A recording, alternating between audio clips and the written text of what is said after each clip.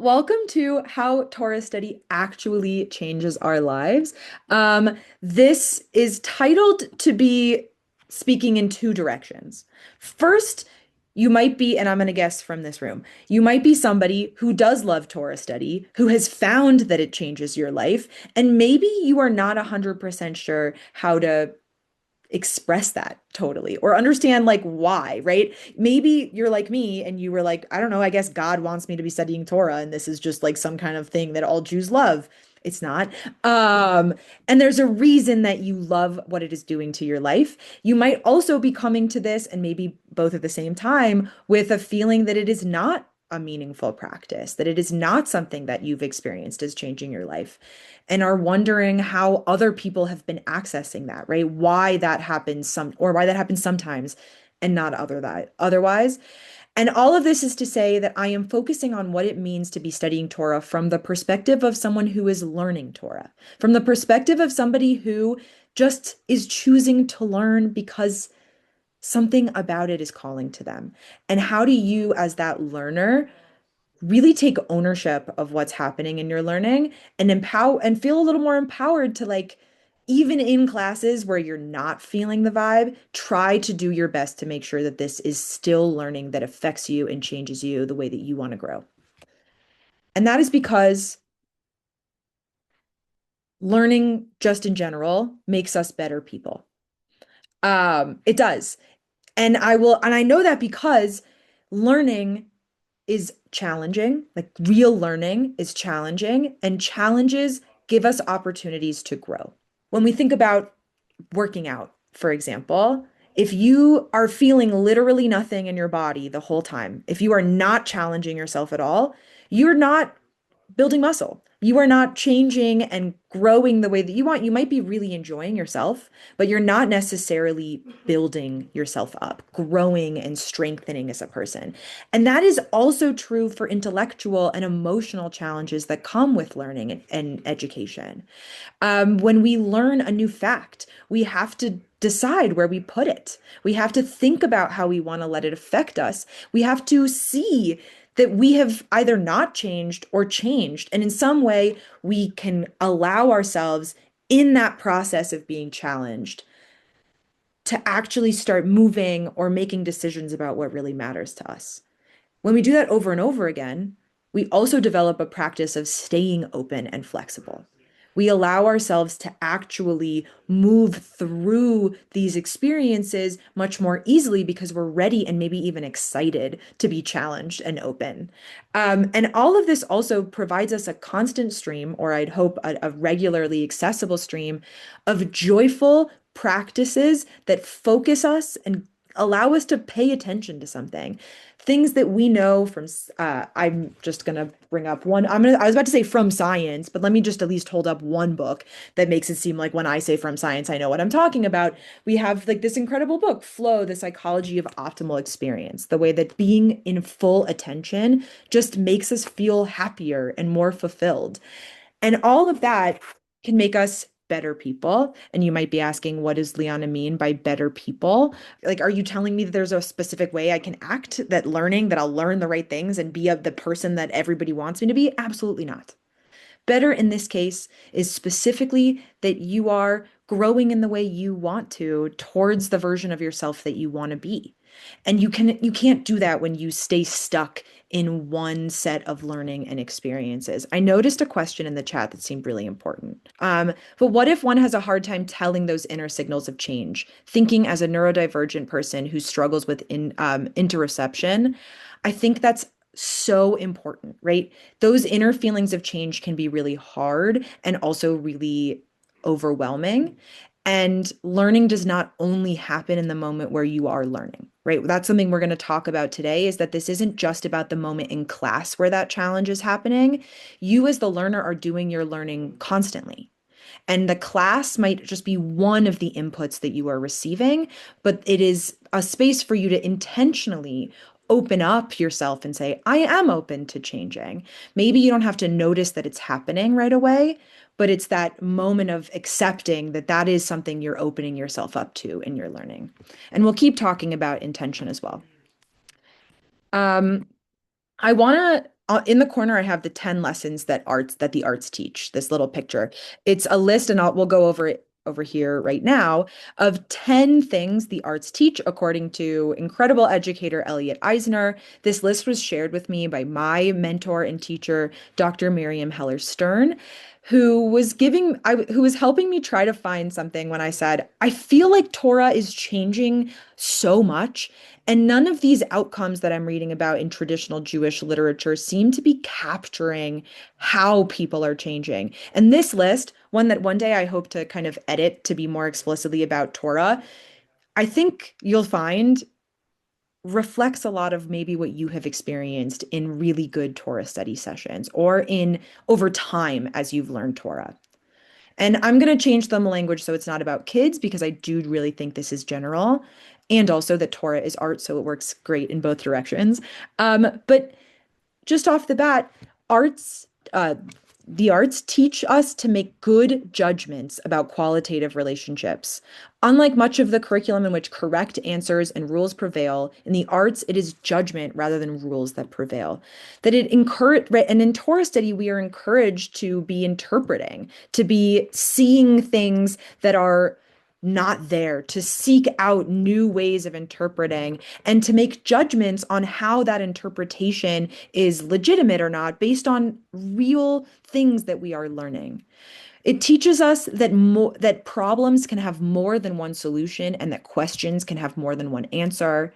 I'm jumping around in some of the numbers, but it teaches us that small things can make huge differences, that we have an ability to actually express ourselves, that there are more stories out there than even we have experienced. It brings us connection to other people. It immerses us in experiences beyond ourselves.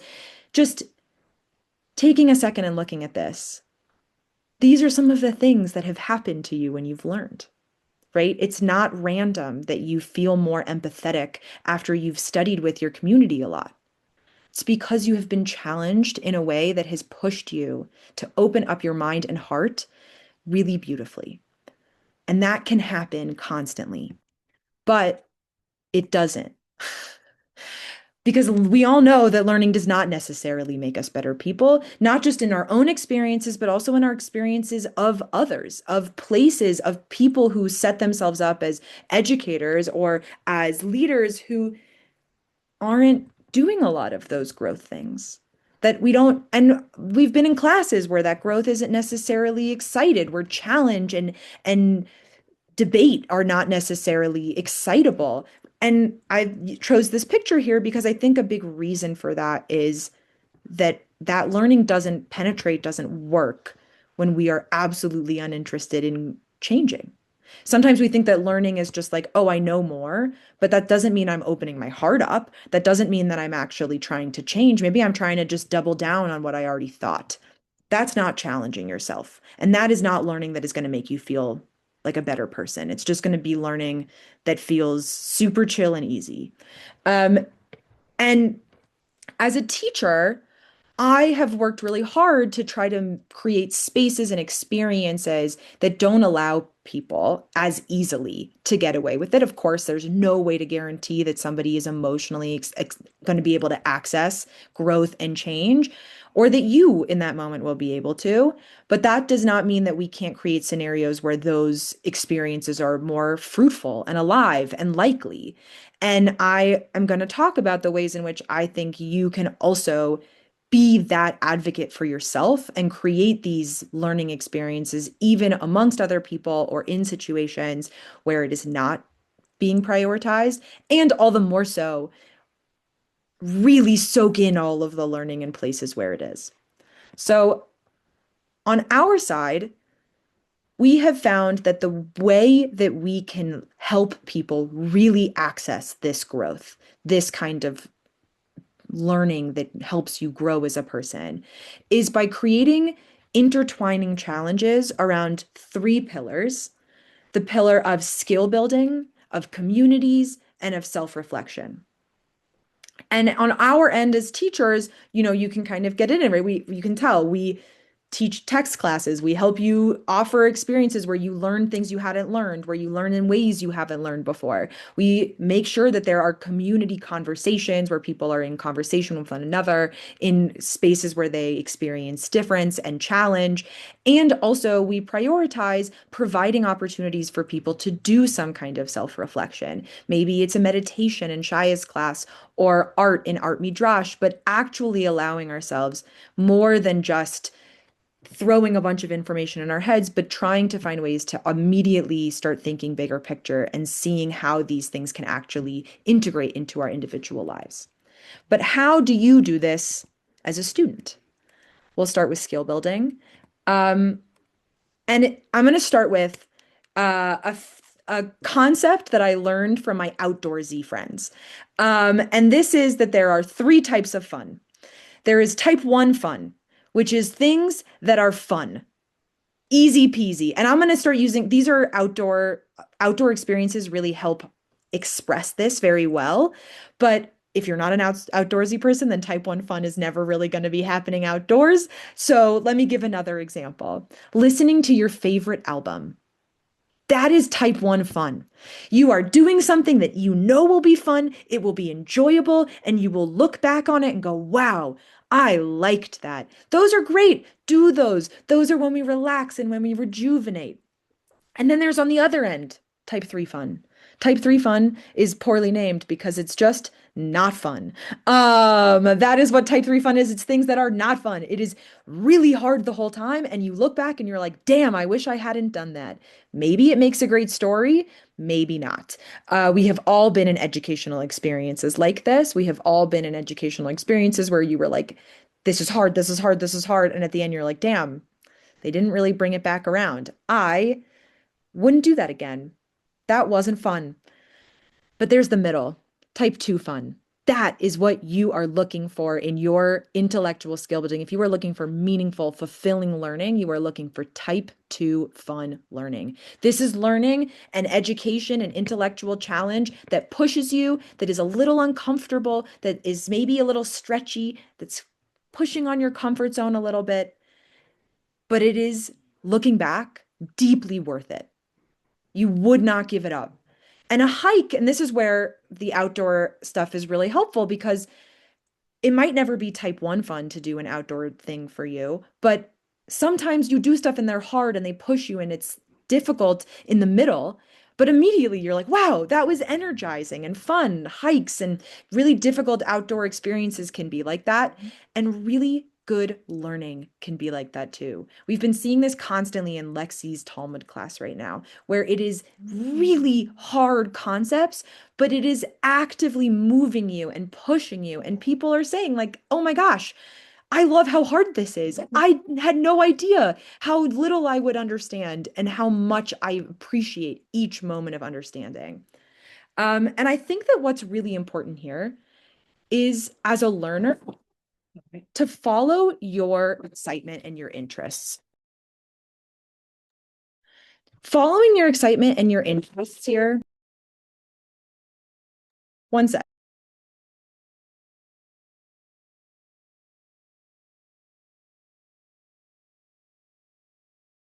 I know Zoom's fixed it so you can't hear my dog, but she's very loud right behind me.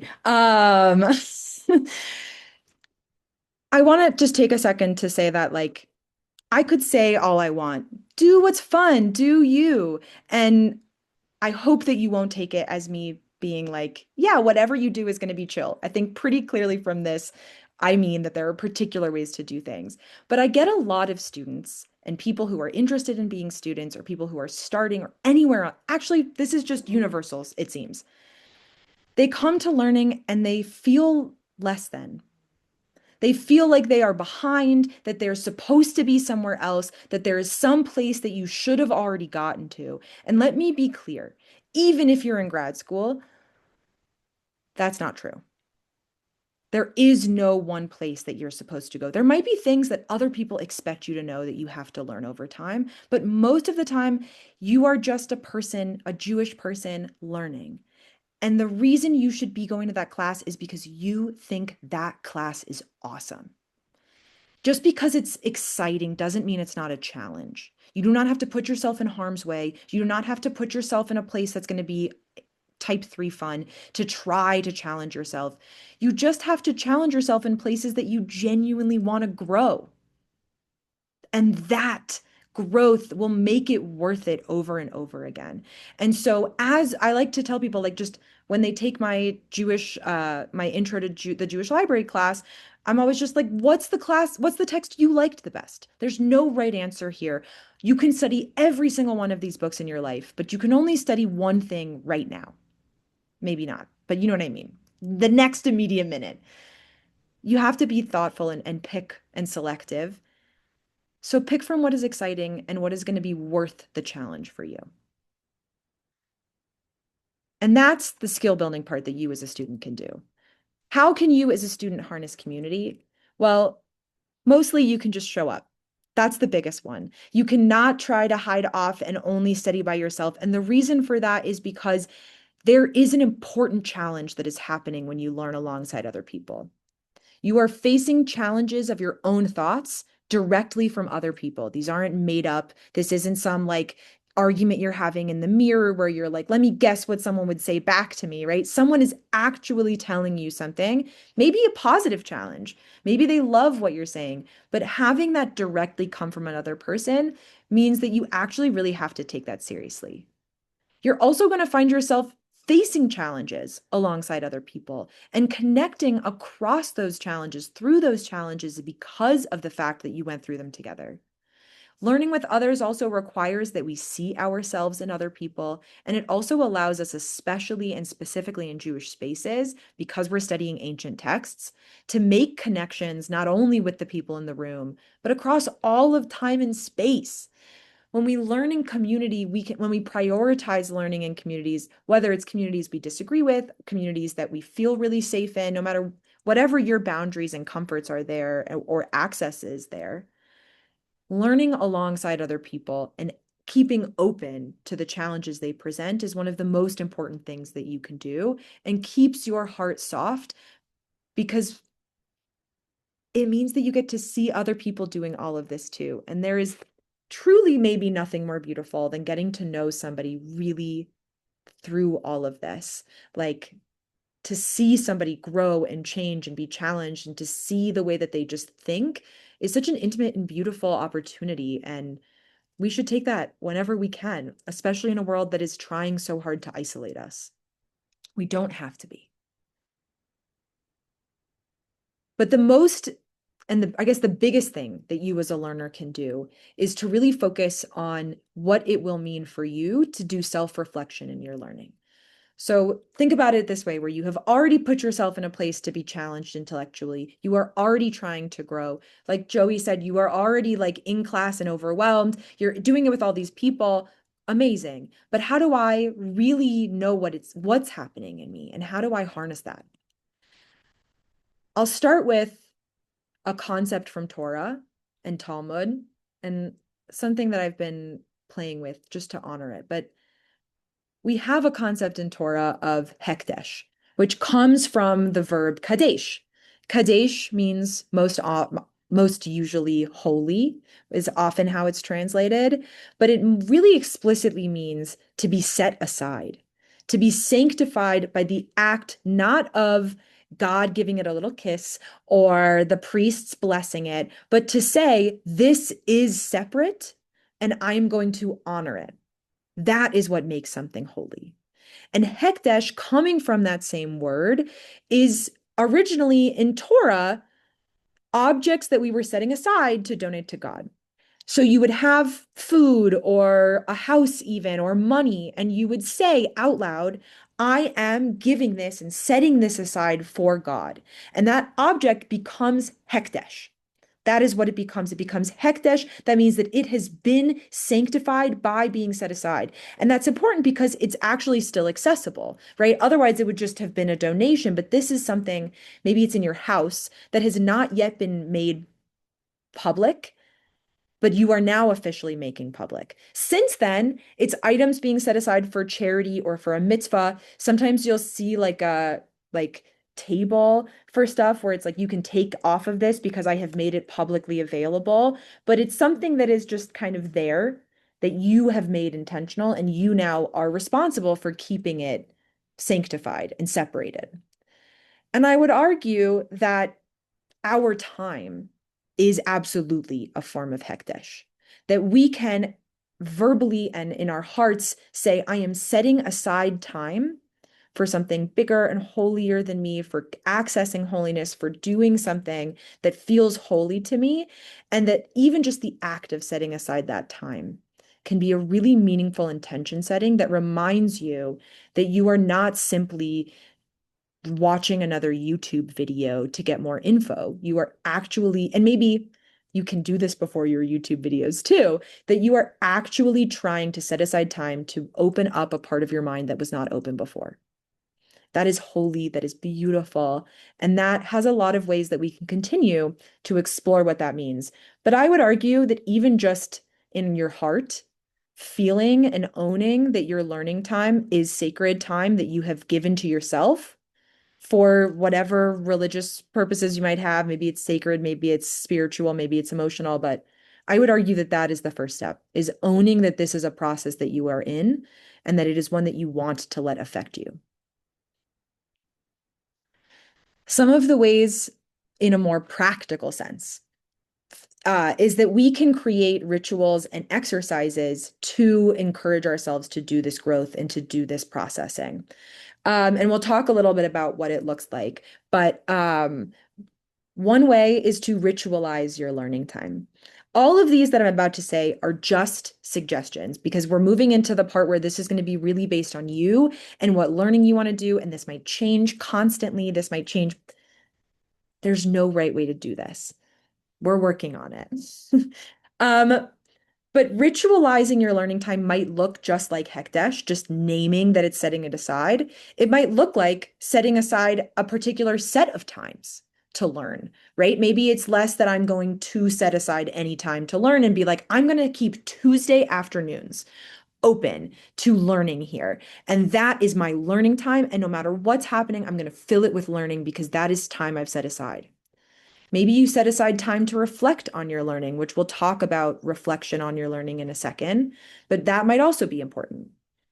This can also look like making that time feel special or making that time optimized for yourself. And I'm using that term in quotations because optimized might look like going it all. It might be I show up even when it's really hard and I do nothing and it's just going to be okay.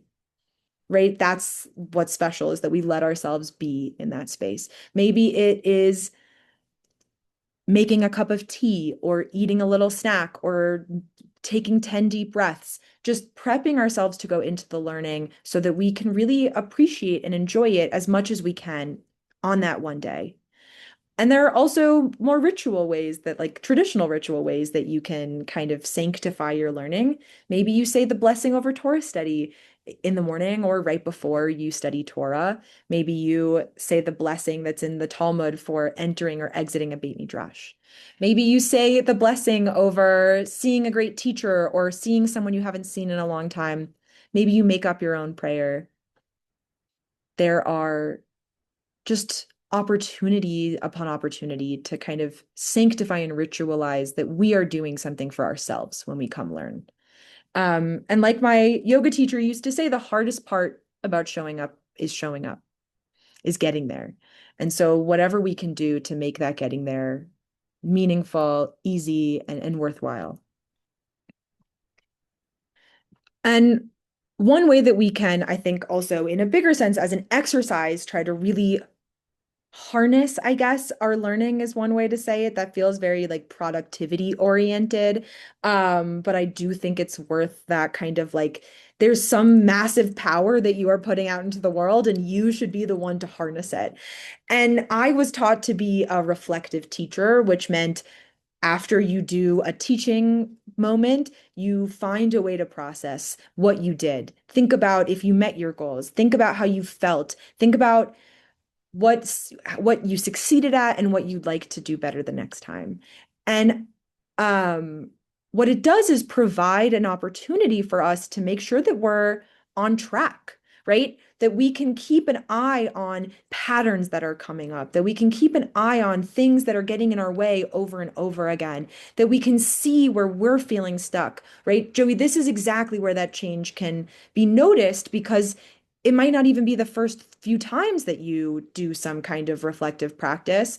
It might take a little while to be like, oh, there's the change that I was expecting or seeing or that I was hoping for, right? That you give yourself an opportunity to slow down enough to feel those changes happening. And that can really look like literally anything. The most classic example is always going to be a journal, right? Write it down, talk it out. But maybe that looks like a voice note for you. Maybe it looks like making some art and seeing what your art was about. Maybe it looks like meditating. And coming back to like what you do is most important, start with where you most naturally process things. Do you process and then when you're processing, do you go bake? Do you go on a walk? Do you dance? Do you make music, right? What do you naturally do?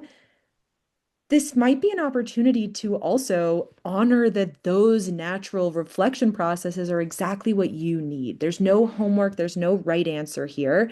You don't have to get to one goal or outcome. This is about you giving yourself time to actually let what you have been doing and learning sink in.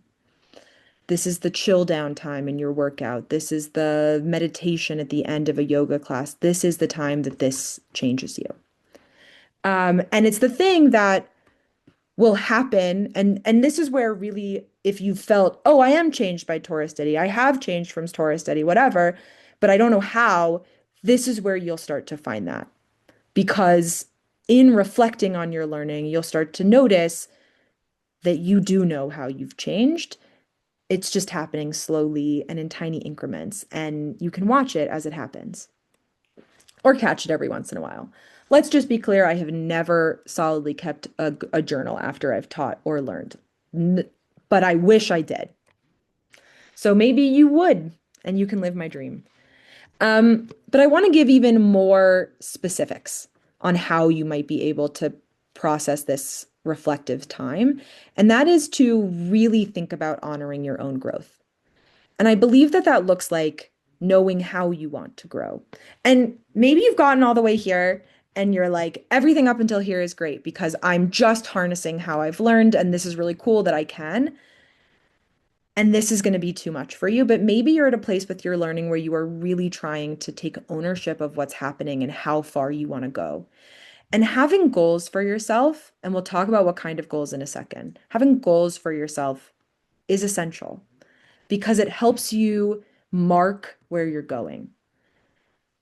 It lets you know what you're looking for in yourself. This has nothing to do with what the teacher wants from you or what the class wants from you or what other people want from you. This has to do with what you want from your own self. Do you want to feel more connected to a world of Jews? Do you want to feel like you can slow down a little bit more and focus for an hour? Do you want to mention the Torah more often at your dinner tables? And that's something you're hoping for. Are you trying to bring Torah into your conversations or make a friend who you talk to Jewish things about, right? These are the kinds of goals we can be looking for as learners that have nothing to do with the class goals, that have nothing to do with what our teacher wants. It has to do with why we learn at all and what we want in our lives. And a way to do that and make sure that you're hitting your goals is to assess yourself. And this is tricky. And now we're getting even further into maybe if this is feeling crazy to you, you're like not ready for this. This is high level, but you can assess yourself.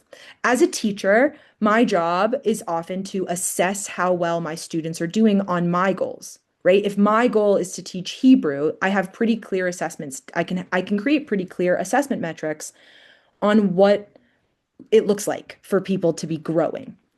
But you also can try to come up with assessment metrics and assessment experiences for your own learning. And assessment, again, as a teacher, even I get intense and think, oh my God, it's going to be an essay and a multiple choice quiz, and I'm going to have to prove myself to somebody who wants me to exist in a particular way.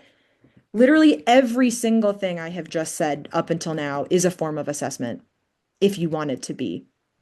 Assessment is any way to mark. Maybe it looks like reading your journal.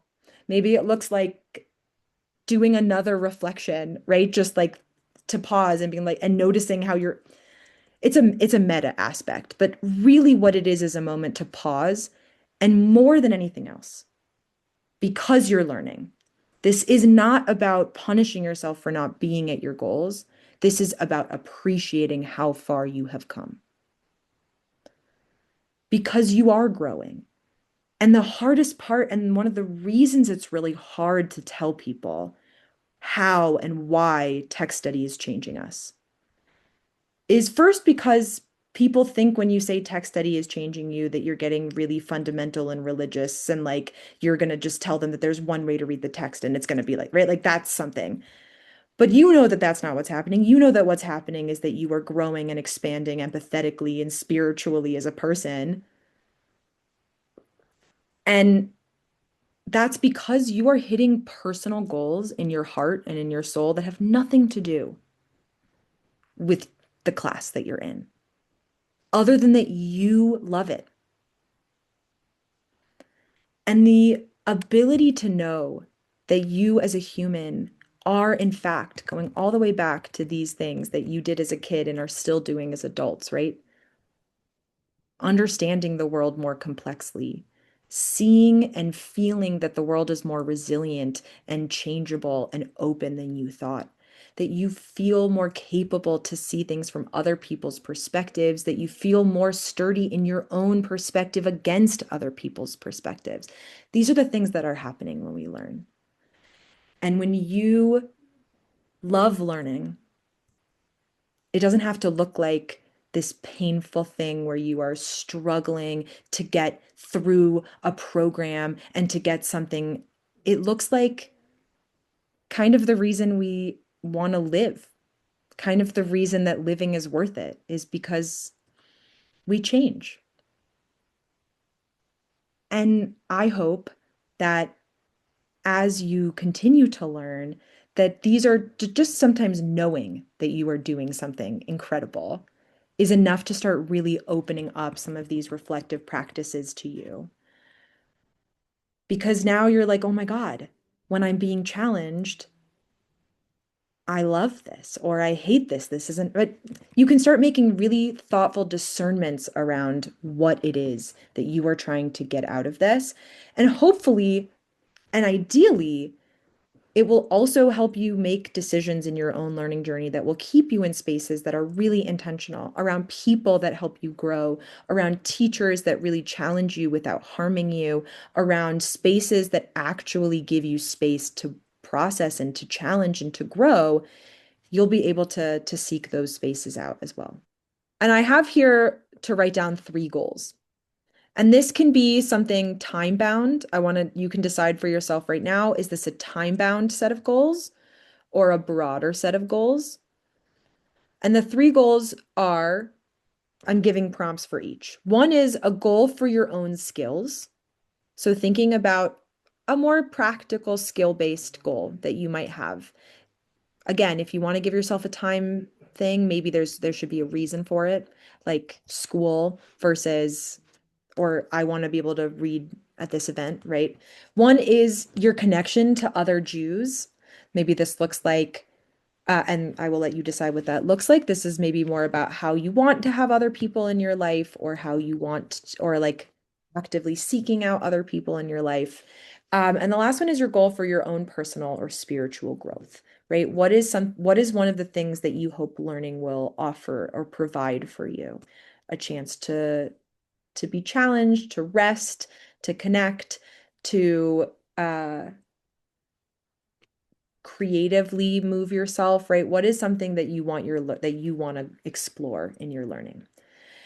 And those are the 3 goals. If you get through those quickly, you can get to the third section, which is writing down how you might celebrate meeting those above. Maybe it looks like knowing or what it would look like for you to meet those goals. I'll also share my personal goal, and I would say that my personal goal in learning spaces and through classes would be that I want to feel more secure in my own voice. And what I mean by that, I think, which might be silly sounding to other people, is that I think that I explain myself a lot and I feel like I want to explain myself a lot in reaction to what other people say because I get really excited. And I think that I'd like to develop a stronger sense of my own voice, meaning I just don't need to, I can listen more openly. I don't have to explain myself again and just trust that process. I think that'll make me feel more sure of myself and also be a stronger teacher and listener. And participant. So that's something that I'm working on for myself is how to hone that in my heart.